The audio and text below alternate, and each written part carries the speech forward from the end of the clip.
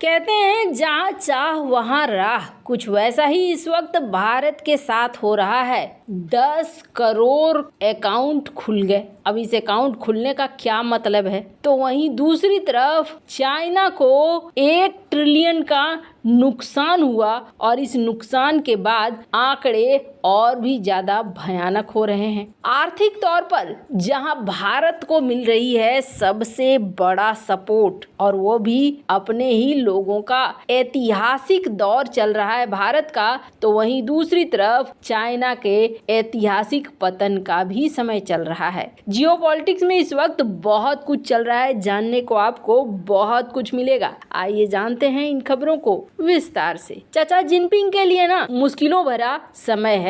राजनीतिक तौर पर जो है सो है, आर्थिक तौर पर मुश्किलें और भी ज्यादा है। सबसे पहले बात करें कि भारत को कौन सी ऐतिहासिक जीत मिली है, तब बात करेंगे कि चाचा जिनपिंग को क्या नुकसान हुआ है। स्क्रीन पर एक खबर देख रहे हैं, मिंट की खबर है। CSDL के शेयर अचानक से 4% बढ़ गए। अब ये क्या माजरा है आपको बता दें, जिन्हें शेयर मार्केट नहीं आता साधारण भाषा में समझिए। शेयर मार्केट में खरीदारी करने के लिए, इन्वेस्टमेंट करने के लिए, यहाँ हम पैसे लगा रहे हैं। 5 साल बाद जब हमारे शेयर की वैल्यू ज्यादा हो जाएगी तो हम उसे निकालेंगे। 10 साल के लिए निकाल डाल रहे हैं, 2 साल के लिए, 1 साल के लिए, तो उसके लिए बनाना पड़ता है एक अकाउंट जिसे कहते हैं डीमेट अकाउंट। डीमेट अकाउंट आप जब बना लेते हैं तब आपको मौका मिलता है कि हाँ आप अब इन्वेस्टमेंट कर सकते हैं। भारत में जो ये डीमेट अकाउंट का आंकड़ा है,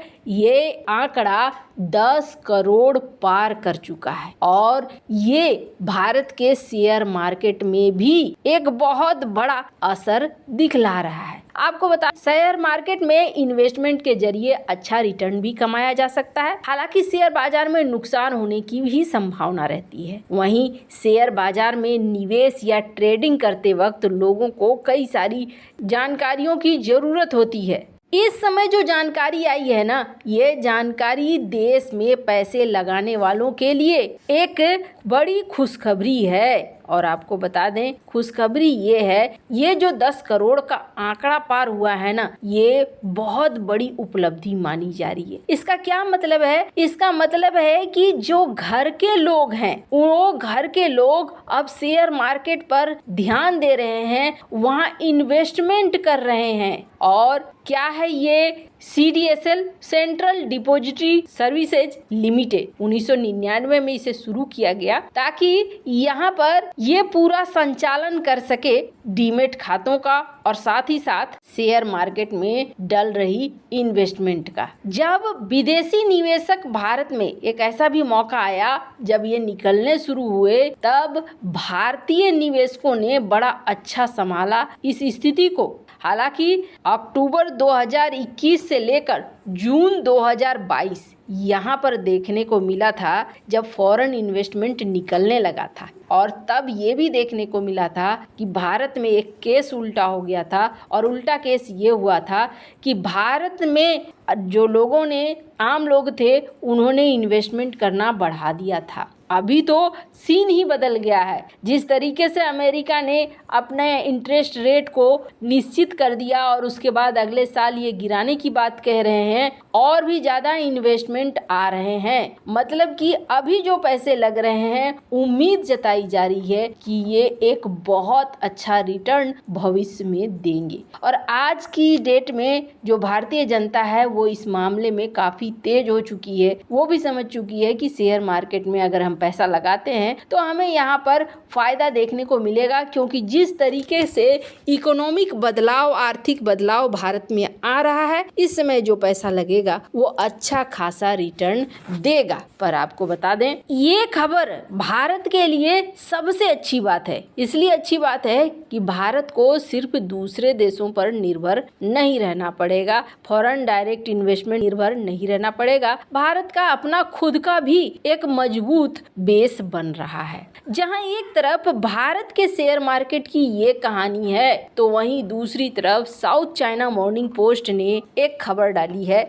आज की ही ये खबर है और इस खबर में पूरा दुखड़ा बता दिया गया है कि चाइना की स्थिति क्या हो रही है। आपको बता दें, कहा जा रहा है चाइना के इक्विटी फंड्स का करीब 90% जो मार्केट है वो लॉस में जा रहा है, और जो लॉस है वो करीब 1 ट्रिलियन का लॉस है। 941 इक्विटी फंड थे, शेयर थे, जिसमें सिर्फ 70 ही ऐसे थे जिसमें फायदा हो सका, बाकी सारे में लॉस ही हुआ है। और आपको बता दें, कहा जा रहा है कि जो लॉस है ये लॉस करीब 14% का लॉस है। 32 साल में पहली बार चाइना के इतिहास में कुछ ऐसा हुआ है कि इतना बड़ा हानि देखने को मिला है। कहा जा रहा है 90% चले जाने का मतलब है कि देश के इस साल के आंकड़े में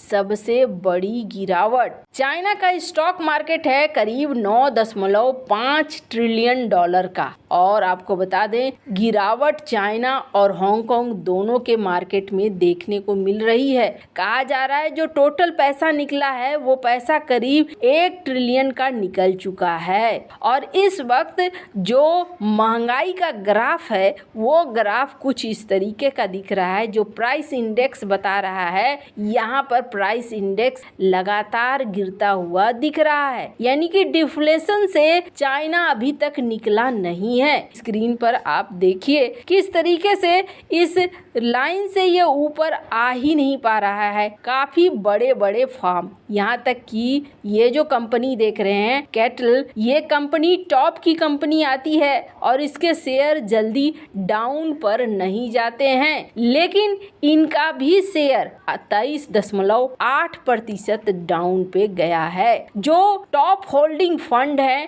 कैटल, इसके अलावे developer Poly Developments, sportswear manufacturer Anta Sport, ये सारे 26 से 31% तक की इन्हें गिरावट देखने को मिली है। जो गिरावट एक बड़ी गिरावट है। चाइना के लिए सबसे बड़ी समस्या ये हो गई है कि चाइना अपने मार्केट को इस वक्त संभाल नहीं पा रहा है, और ये कई सारी रेटिंग एजेंसियों ने इस बारे में खुलासा किया है, जिसमें बताया है कि चाइना के इस लॉस का असर लंबे समय तक पड़ेगा। स्क्रीन पर एक आर्टिकल देखिए, जिस आर्टिकल में ये कहा जा रहा है कि जेपी मॉर्गन और HSBC ये दोनों कह रहे हैं कि चाइना के अंदर जो ठंडाई है ना, ये ठंडाई अभी काफी लंबी होने वाली है। कहने का अर्थ ये है कि इनका मार्केट जो है, इनका मार्केट अभी ठंडा ठंडा चलने वाला है, ये काफी लंबा होगा, जिसकी वजह से चाइना को समस्याएं आएंगी। वैसे समय समय की बात है, कहते हैं समय बड़ा बलवान और काल बड़ो शिकारी। यही हालात इस वक्त चाइना के दिख रहे हैं। वैसे इन सब मामले में आपकी क्या राय है, कमेंट कर जरूर बताएं। जल्द मिलते हैं अगले वीडियो में नई खबर के साथ।